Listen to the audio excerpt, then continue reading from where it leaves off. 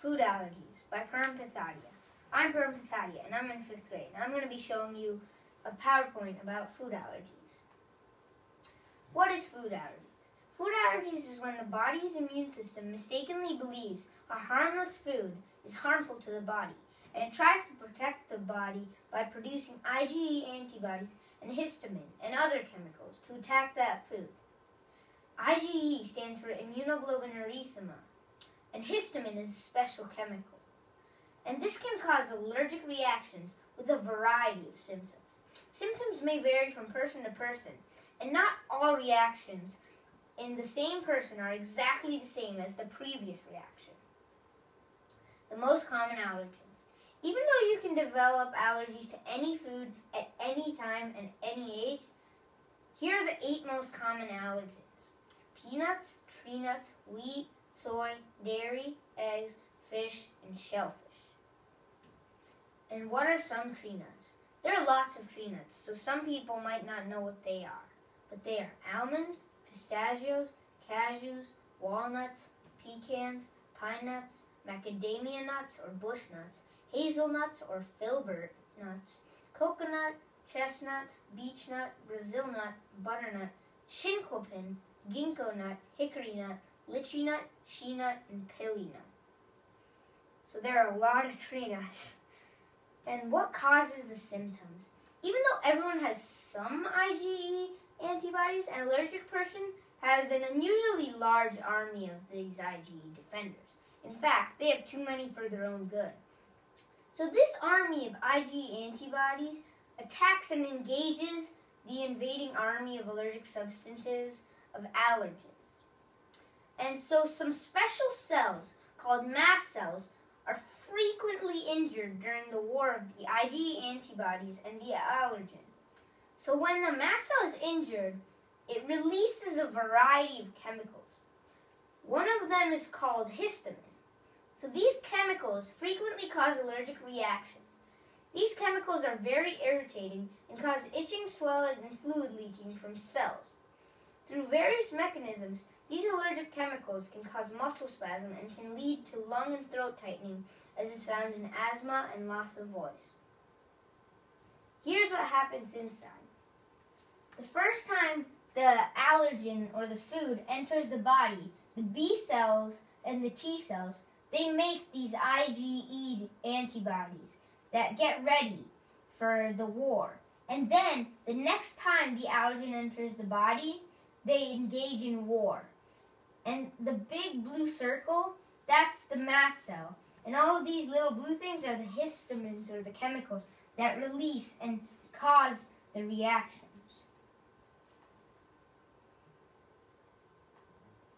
Symptoms of a reaction. Symptoms can range from mild to severe. Severe or life-threatening reactions are called anaphylaxis. 40 to 50% of people diagnosed with food allergies are at a high risk of anaphylaxis. An allergic person can get any one or combination of the following symptoms: tingling sensation or itchiness in the mouth and or lips, swelling of the tongue and throat, difficulty breathing, hives with or without itchiness, swelling of the eyes, lips, and face, vomiting, abdominal cramps, diarrhea, drop in blood pressure, loss of consciousness, anxiety, or feeling of doom, like you would if the world was going to end tomorrow, then you would feel kind of doomed. Or you'd also feel flushed or really hot, and in rare cases, even death. What is anaphylaxis? Anaphylaxis is the most severe, rapidly developing, and life-threatening allergic reaction where more than one body system is affected. It may threaten breathing and blood circulation. Food allergies is the most common cause of anaphylaxis, although several other allergens like insect stings, medications, or latex are other potential triggers. Anaphylaxis can be triggered by a few other things too. Rarely, anaphylaxis is triggered by exercise. Another uncommon form of anaphylaxis is when a person exercises soon after eating a problem food, and very rarely, anaphylaxis can occur without any identifiable trigger at all. Although anyone who has a food allergy can experience anaphylaxis, the foods most likely to cause severe reactions are peanuts, tree nuts, fish, and shellfish. And people who have both asthma and a food allergy are at a greater risk for anaphylaxis.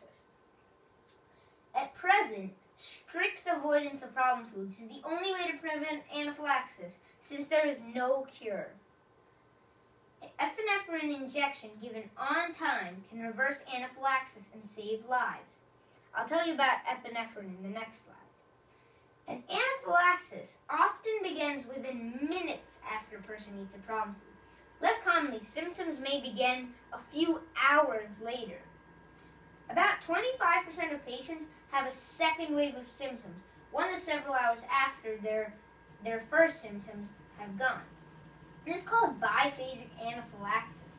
It's like an earthquake. It's like the aftershocks. There's the main earthquake, that's the biggest, and then there are small aftershocks.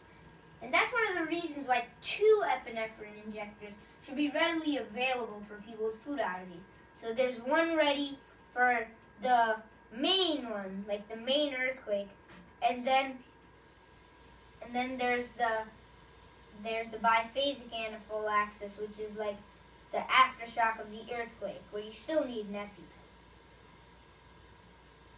What stops a reaction once it happens? Well, epinephrine stops it, and epinephrine is most commonly known as adrenaline. A severe reaction has 2 big dangers: loss of blood pressure and constricting of the airways. Adrenaline relaxes the breathing passages so that you don't choke to death, and also raises the blood pressure to normal range by accelerating the heart. EpiPen and Auvi-Q are the 2 medications that inject epinephrine into people with allergies' bodies. How do I keep myself safe? I always carry 2 epinephrine injections, Benadryl, and an inhaler. And I only eat food approved by my parents because they know what they're giving me and they know what's safe for me. And I read every word of food labels every time and look for allergy warnings like may contain peanuts or tree nuts, or manufactured on the same machinery that processes the allergen, or made in the same facility where the allergen was used. Some good companies also on the bottom, instead of saying one of these, they might say one of these, but they will also say this product contains, and then out of the 8 most common allergens, if some of them are in there, they'll list them there, so you can immediately look there instead of having to search through the ingredients. Also, before visiting other people's houses or birthday parties, I always discuss my food allergies with the host, so they know and they can take the necessary safety precautions. And so can I. And eating out is really hard, and I don't eat out much. But when I do, I always talk to the main chef about my food allergies, so precautions can be taken to eliminate cross-contact with my allergies. Like, if they use the same pot to make something else with my allergen, or the same spoon to mix it, or even if, like, they just washed it, but they just lightly just put water on it, there could still be small residue and traces of it. So I have to make sure that there's no residue or anything. And I don't go to any ice cream parlors or bakeries or candy shops because they usually use a lot of peanuts and tree nuts in their food, and I'm allergic to those. And it's kind of the same at baseball games and concerts where they sell literally just open bags of peanuts and tree nuts, so it's all spreading into the air too. And I always wash my hands. I wash my hands frequently and keep them away from touching my mouth, eyes, and nose. Because, without washing it first, because that's where the allergens can usually enter. Food allergy statistics. Food allergies affect approximately 15 million people, and 6 million of those are children. And some people, traces or very small invisible amounts of an allergen can cause anaphylaxis in some people. Strict avoidance, again, since there's no cure, is the only way to prevent a reaction. About 150 people die away from their home every year from food allergy reactions. But these numbers are still very low because most food allergy deaths are wrongly categorized in health books as death due to cardiac arrest. Because when you have an allergic reaction, it can cause cardiac arrest. Cardiac arrest is when the heart stops.